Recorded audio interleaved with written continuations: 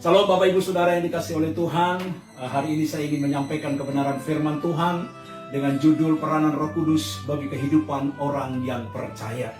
Saya akan baca Alkitab kita di dalam Kisah Para Rasul pasal 1 ayat yang ke-8.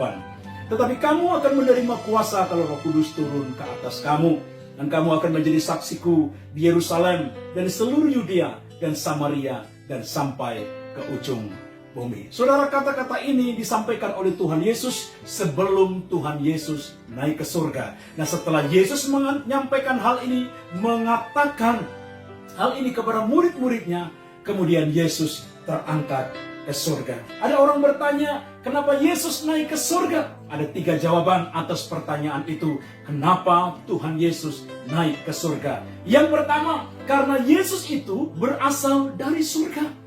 Yesus berasal dari surga, dia turun ke dalam dunia untuk melaksanakan misi Tuhan, untuk melaksanakan misi penyelamatan bagi orang-orang yang percaya kepada dia. Nah, saudaraku yang kekasih di dalam Tuhan, dalam Yohanes pasal 3 ayat yang ke-13 firman Tuhan berkata, tidak ada seorang pun yang telah naik ke surga selain daripada dia yang telah turun dari surga, yaitu Anak Manusia. Kata anak manusia ini menunjukkan kepada pribadi yang bernama Yesus Kristus yang berasal dari surga. Alasan yang kedua, kenapa Yesus naik ke surga? Alasan yang kedua adalah untuk menyediakan tempat bagi kita orang-orang yang percaya kepada Yesus. Maka itu jangan gelisah hatimu, jangan khawatir, jangan takut. Karena Tuhan menyediakan tempat di surga bagi orang-orang yang percaya kepada dia. Dalam Yohanes pasal yang ke-14 ayat 1 sampai dengan ayat yang ke-3. Di rumah Bapakku banyak tempat tinggal. Jika tidak demikian, tentu aku mengatakannya kepadamu. Sebab aku pergi ke situ untuk menyediakan tempat bagimu. Dan Yesus berkata, supaya di mana aku berada, di situ kamu pun berada. Jadi Bapak Ibu Saudara yang dikasihi oleh Tuhan, kenapa Yesus naik ke surga? Karena Yesus menyediakan tempat bagi kita, orang-orang yang percaya kepada dia. Alasan yang ketiga kenapa Yesus naik ke surga? Karena Yesus akan menurunkan Roh Kudus-Nya atas setiap kita. Di dalam Yohanes pasal yang ke-16 ayat yang ke-7 dikatakan, namun benar yang kukatakan ini kepadamu adalah lebih berguna bagi kamu jika aku pergi. Sebab jikalau aku tidak pergi, penghibur itu tidak akan datang kepadamu. Tetapi jikalau aku pergi, aku akan mengutus dia kepadamu. Roh Kudus dicurahkan bagi kita. Roh Kudus diturunkan bagi kita. Bagi orang-orang yang percaya, kita mengalami kuasa Roh Kudus. Kita mengalami jamahan Roh Kudus.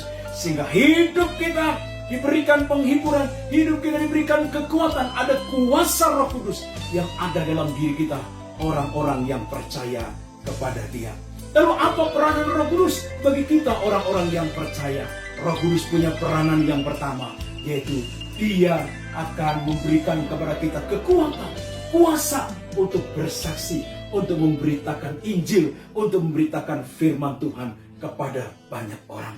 Dalam Kisah Para Rasul pasal yang kedua ayat yang ke-14, maka bangkitlah Petrus berdiri dengan ke-11 rasul itu, dan dengan suara nyaring ia berkata kepada mereka, hai kamu orang-orang Yahudi dan kamu semua yang tinggal di Yerusalem, ketahuilah dan camkanlah perkataanku ini. Kita tahu siapa itu Petrus. Petrus adalah orang yang pernah menyangkal Yesus. Petrus adalah seorang pengecut, tetapi ketika dia mengalami kuasa Roh Kudus, dia punya keberanian untuk bersaksi di hadapan orang banyak. Ada perubahan di dalam diri Petrus. Paulus yang dulu bernama Saulus juga mengalami kuasa Roh Kudus, sehingga dia mengalami keberanian untuk bersaksi, memberitakan nama Tuhan bagi banyak orang, sehingga banyak orang kemudian percaya kepada Yesus Kristus. Alasan yang kedua, saudara, peranan Roh Kudus di dalam kehidupan orang yang percaya adalah dia sanggup mengubah kehidupan orang-orang yang percaya kepada Tuhan, mengubah kehidupan orang-orang yang percaya kepada Yesus Kristus. Cara hidup mereka diubahkan.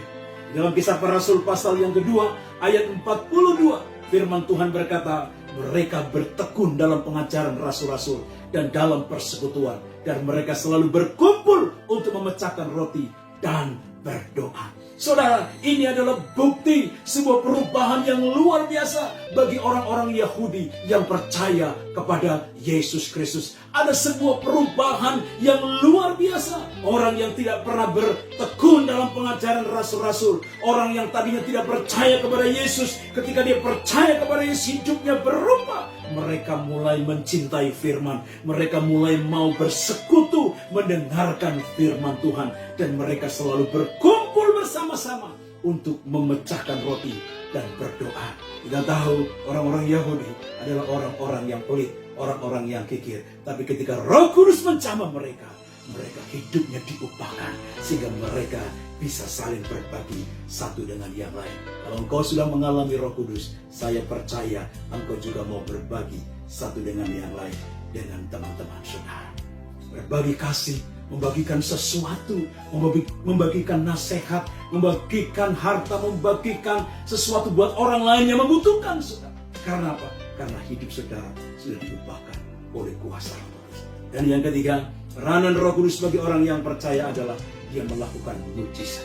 Di dalam Kisah Para Rasul pasal yang kelima ayat yang ke-12, dan oleh rasul-rasul diadakan banyak tanda dan mujizat di antara orang banyak. Kalau engkau mengalami kuasa Roh Kudus, Roh Kudus menguasai hidup saudara, engkau punya kuasa untuk berdoa dan orang itu mengalami kesembuhan, pertolongan yang datang daripada Tuhan. Inilah saudara firman Tuhan yang dapat saya bagikan untuk Bapak Ibu Saudara. Roh Kudus punya peranan yang sangat penting dalam kehidupan orang-orang percaya. Pertanyaannya, apakah engkau sudah mengalami kuasa dari Roh Kudus ini? Tuhan Yesus memberkati kita sekalian. Salam sehat, Indonesia menang. Tuhan memberkati kita semua.